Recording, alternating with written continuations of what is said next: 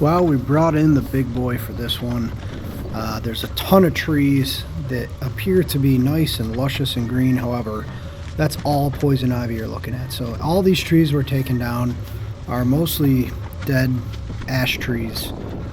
Where we are, the ash trees have been taken over by a certain bug that basically gets to the roots and completely destroys them, and they die very, very quickly, and it's very unfortunate. So I think that one you're seeing pull out right now, unfortunately, was a new tree. But I would say 95% of the trees we're taking down here, like that one right there, is literally wrapped in poison ivy.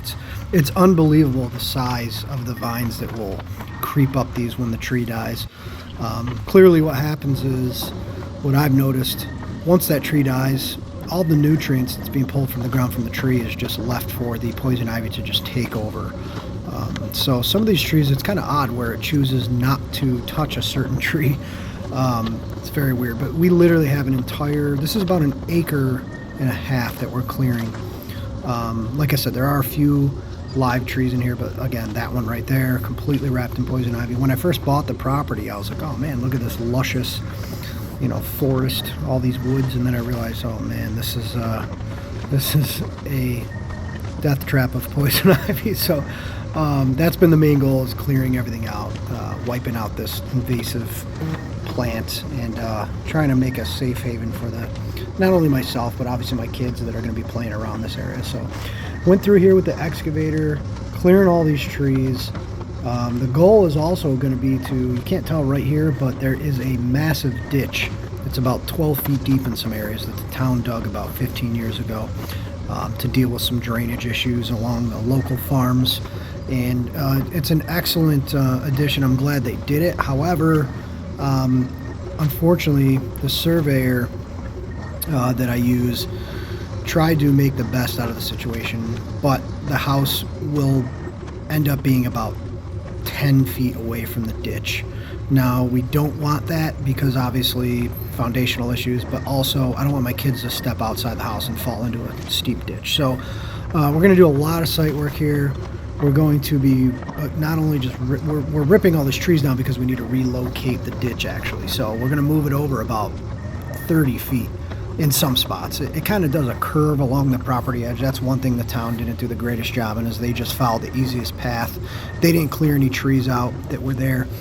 So they basically just kind of made this big, probably about 600, 700 foot ditch that follows like a big U shape,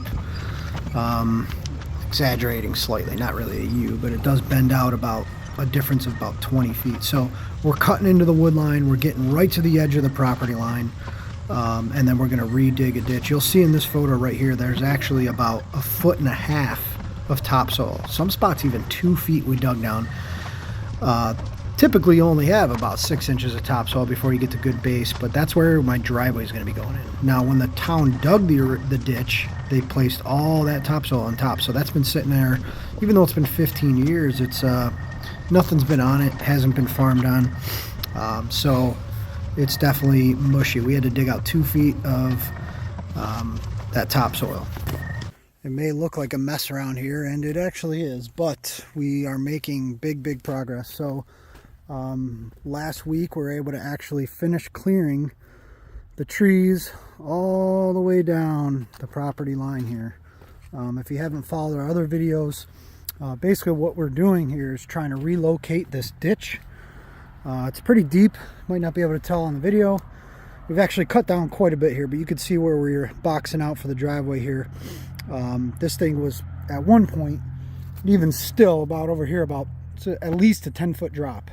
So our goal here is not only get rid of this steep grade where it just drops off into this ditch, but also gain some extra land over here. So a lot of the trees that were in here were already dead. There were a lot of ash trees that have been taken over by huge amounts of poison ivy vines, which has also been a challenge, trying to remove them carefully without getting poison ivy. Although I've gotten it probably about 7 times since I've been working on this property already. So kind of just getting used to it. But yeah, I mean, basically we made it the first day, about 3 hours of work up to this point, and then within one more day of working, we cleared all the way down.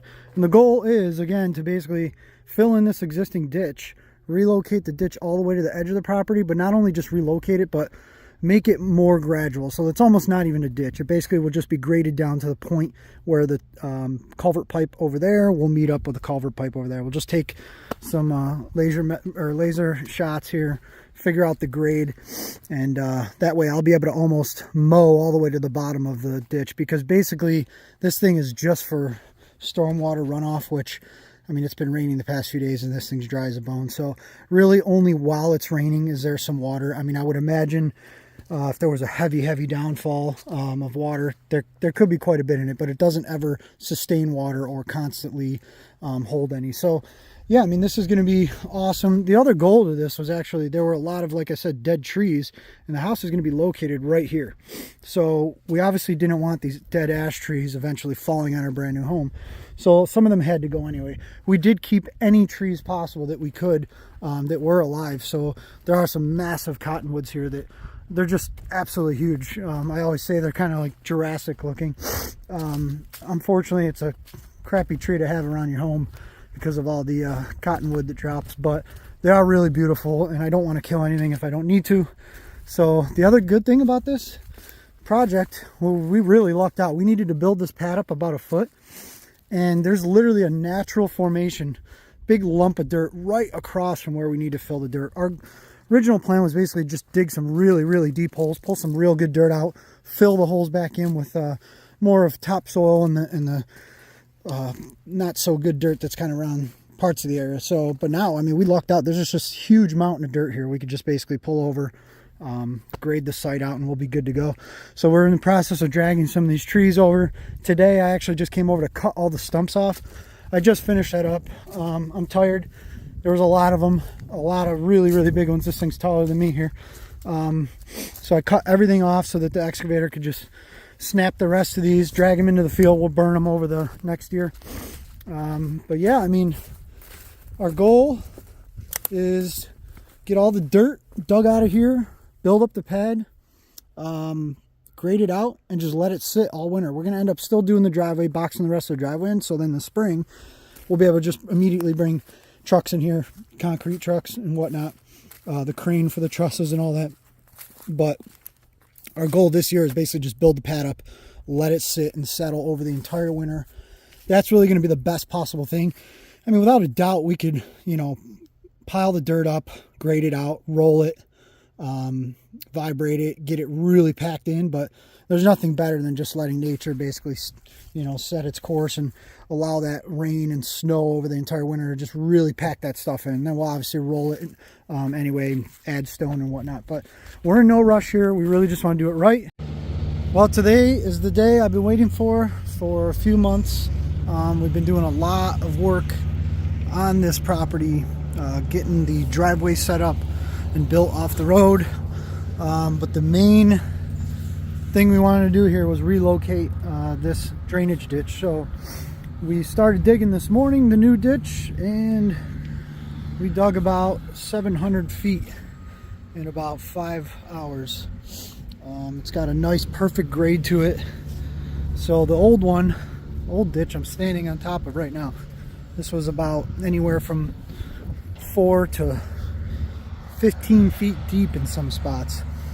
There was a huge mound of dirt over there where the excavator is. That's been knocked down.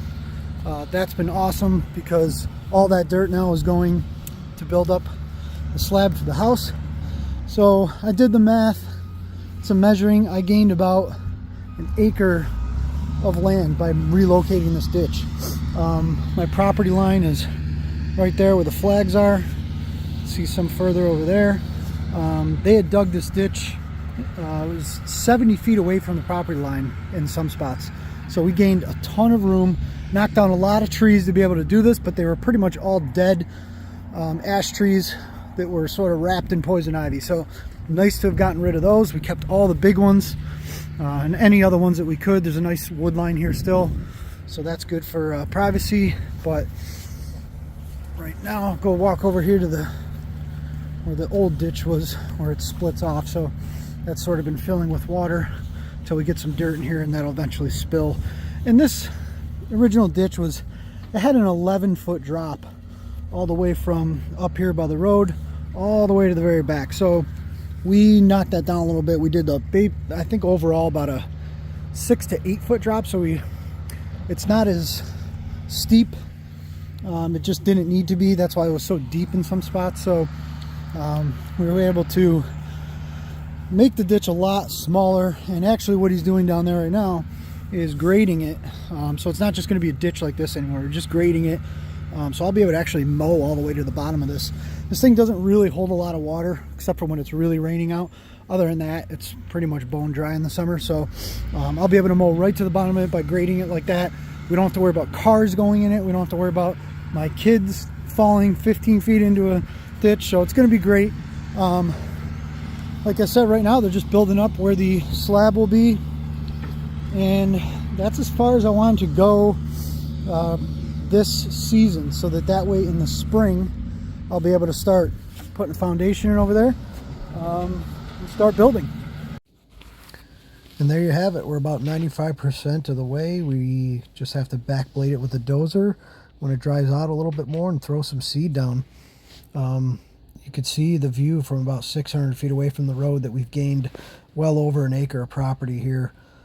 Cleaned out all that poison ivy, and it's completely mowable now. So very, very happy with the end product. Well worth all the time and cost into it.